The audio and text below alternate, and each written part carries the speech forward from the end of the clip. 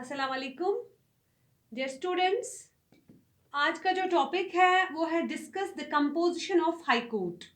याद रखिएगा, पिछली बार हमने डिस्कस किया था composition, powers and functions of supreme court of India, और आज जो हमें डिस्कस करना है वो है discuss the composition of high court. जब हम हिंदुस्तान की बात करेंगे, टॉप लेवल पे सुप्रीम कोर्ट है। सुप्रीम कोर्ट जो है दिल्ली में उसके हेडक्वार्टर्स है, सीट उसकी दिल्ली में है।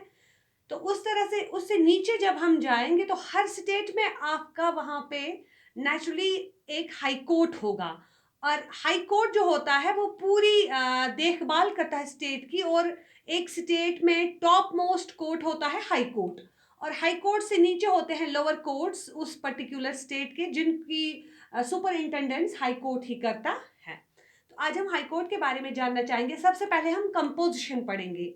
हाई कोर्ट्स, अभी मैंने आपसे बात की, presently there are 25 high courts in India. याद रखिएगा, 25 high courts are presently in India. But ये है कि अभी सवाल जहन में आ सकता है कि अगर states, if the number of states are 28, क्योंकि जम्मू एंड कश्मीर से दर्जा छीन के यूनियन टेरिटरी उसको दर्जा दिया गया, अब नंबर जो है स्टेट्स वो 28 है। तो आप कह सकते हैं मैम यहाँ पे 25 हाई कोर्ट्स ही क्यों हैं? तो मेरा आंसर ये होगा कि some states are having common high court.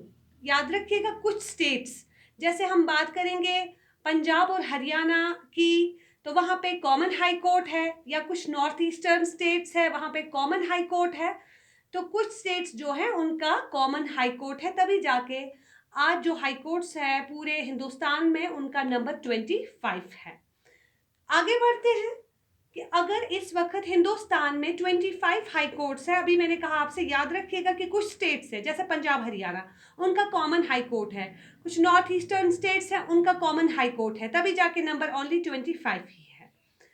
तो और एक इम्पॉर्टेंट बात यहाँ पे आप बताएंगे कि क्या हर एक हाई कोर्ट में जजेस बराबर तकसीम किए जाते हैं, नंबर ऑफ स्ट्रेंथ ऑफ जजेस आर इक्वल और नॉट? तो मेरा आंसर यही होगा कि नंबर ऑफ जजेस आर नॉट फिक्स्ड। ये हर एक स्टेट में, जब हम अपनी स्टेट की बात करेंगे, जम्मू एंड कश्मीर स्टेट की बात करेंगे, यहाँ पे भी वैरी होता है। पहले कम थे, आज स्ट्रेंथ 17 हो गई है। पहले जब यहाँ पे 57 में स्टार्ट कर दिया, जब जेएंडके कॉन्स्टिट्यूशन तैयार हुआ 57 में, अपना इनका कॉन्स्टिट्यूशन, तो उस वक्त 8 जजेस थे अलॉन्ग विद चीफ जस्टिस। तो presently the number is 17, 13 permanent and 4 additional जजेस।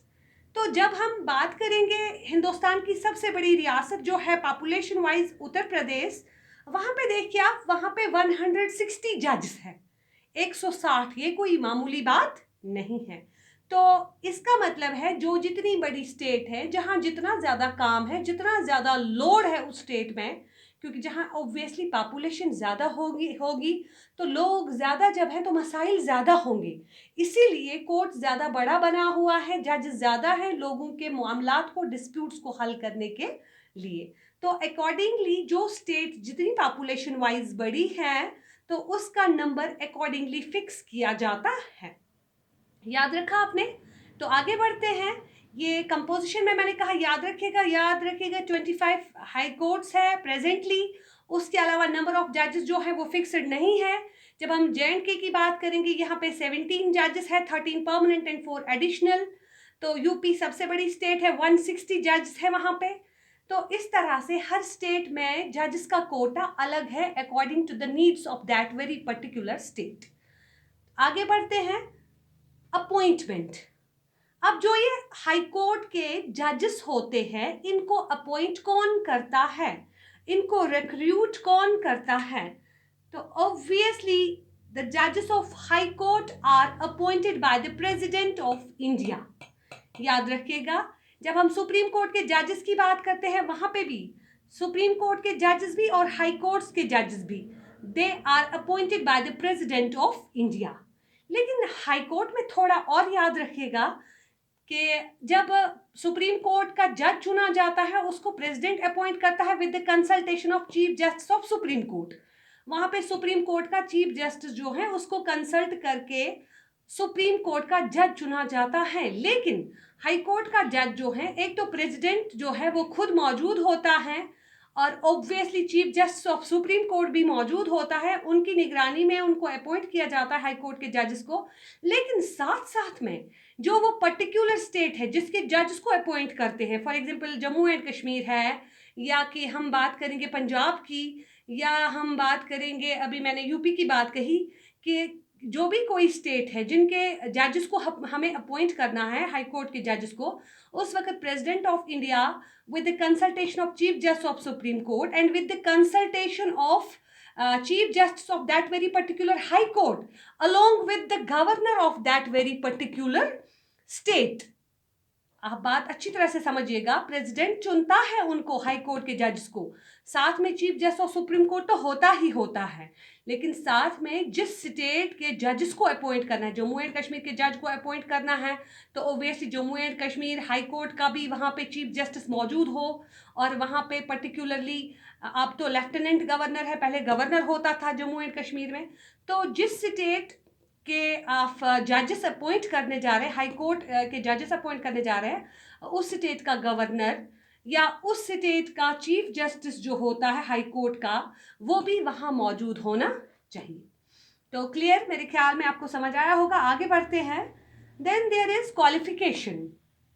एक हाई कोर्ट के जज को बनने के लिए क्या क्वालिफिकेशन होनी चाहिए? सबसे पहले शी और he should be a citizen of India. मैंने शी इसलिए यहाँ पे बता दिया क्योंकि लड़कियाँ आज हर रेस में आगे जा रही हैं। तो इस तरह से सबसे पहले वो हिंदुस्तान का बाशिंदा हो या हिंदुस्तान की बाशिंदा हो, और number 2 should have served as a judge of lower court for 5 years or an advocate of a lower court for 10 years, at least 10 years. एक हाई कोर्ट के जज को कम से कम 5 साल का तजुर्बा हो, किसी भी लोअर कोर्ट का वो जज 5 साल तक रहा हो, या कि किसी भी लोअर कोर्ट का वो वकील कम से कम 10 साल तक रहा हो, तब जाके। और इम्पॉर्टेंट बात है कि he should be a distinguished jurist in the eyes of president of India. Very important है। मैंने पिछली बार भी कहा है आपसे, दुल्हन वही जो पिया मन भावे। प्रेसिडेंट ऑफ इंडिया को वो पसंद आए और उसको लगेगा कि ये सही है, तो ऐसी क्वालिफिकेशंस तो बहुत सारे हज़ारों लोगों के पास होती है, लेकिन ये क्वालिफिकेशन जो should be a citizen of India या should have served as a जज for lower court for at least 5 years और एन एडवोकेट फॉर 10 years, ऐसी क्वालिफिकेशंस बहुत सारे लोगों के पास हैं। लेकिन उसके अलावा he or she should be a distinguished jurist in the eyes of president of India. Then ये बात आप याद रखिएगा कि ये क्वालिफिकेशंस जो है ये वेरी इंपॉर्टेंट है, ये 3। तो इसके अलावा टेन्योर की बात करेंगे, टर्म की बात करेंगे। एक हाई कोर्ट का जज जो होता है उसकी टर्म कितनी होगी, उसकी टेन्योर कितनी होगी, मुझे बताइए। पिछली बार मैंने आपसे कहा था सुप्रीम कोर्ट का जज जो है वो रिटायर कब होता है? 65 years की एज में। और जहां तक हाई कोर्ट के जज की बात है, जज of high court retire at the age of 62। ये 62 साल की उम्र में रिटायर हो जाता है। लेकिन जज रिटायर 62 years में हो जाता है, बट इसको रिमूव भी किया जा सकता है। And president of India can only remove him or her on the grounds of misbehavior or incapacity through impeachment process। याद रखिएगा कि प्रेसिडेंट ऑफ इंडिया को इतने इख्तियारात है कि वो एक जज को, हालांकि जज को हटाना, चाहे वो हाई कोर्ट का हो या सुप्रीम कोर्ट का हो, उसको रिमूव करना, this is very difficult task. लेकिन प्रेसिडेंट उसको रिमूव कर सकता है किस बुनियाद पे? मिसबिहेवियर की बुनियाद पे या इनकैपेसिटी की बुनियाद पे वो उसको रिमूव कर सकता है, और through impeachment process. Through impeachment process जिस तरह सुप्रीम कोर्ट के जज से जिस तरह से प्रेसिडेंट को रिमूव किया जाता है, यानी दोनों हाउसेस में, लोकसभा में भी राज्यसभा में भी, रेजोल्यूशन ऐसा पास हो जो 2/3 मेजॉरिटी ने पास किया हो कि नहीं इसको हटाना ही हटाना है। लोकसभा भी 2/3 मेजॉरिटी उसको रेजोल्यूशन को पास करे, फिर उसके बाद राज्यसभा भी उसको पास कर ले। यानी दोनों हाउसेज ने जब 2/3 मेजॉरिटी से पास किया एक रेजोल्यूशन और उसमें कहा कि इसको हमें हटाना ही हटाना है, तो then after president can easily remove the जज ऑफ हाई कोर्ट और सुप्रीम कोर्ट। तो ये सारा हमने पढ़ा कंपोजिशन में कि नंबर कितना है, जजेस हर स्टेट में फिक्स्ड नहीं है, हर स्टेट का एक जैसा कोटा नहीं है। इनकी तादाद बढ़ा दी जाती है according to the needs of that very particular state. या अपॉइंट कौन करता है? प्रेसिडेंट ऑफ इंडिया करता है with the consultation of chief justice of India, with the consultation of chief justice of very particular high court and governor of that very particular state. तो ये सारी चीज़ें आ गई। अब इंशाल्लाह कल हम इसके पावर्स और पोजीशन पढ़ेंगे। मेरे ख्याल में आज के लिए इतना ही। अल्लाह हाफिज़।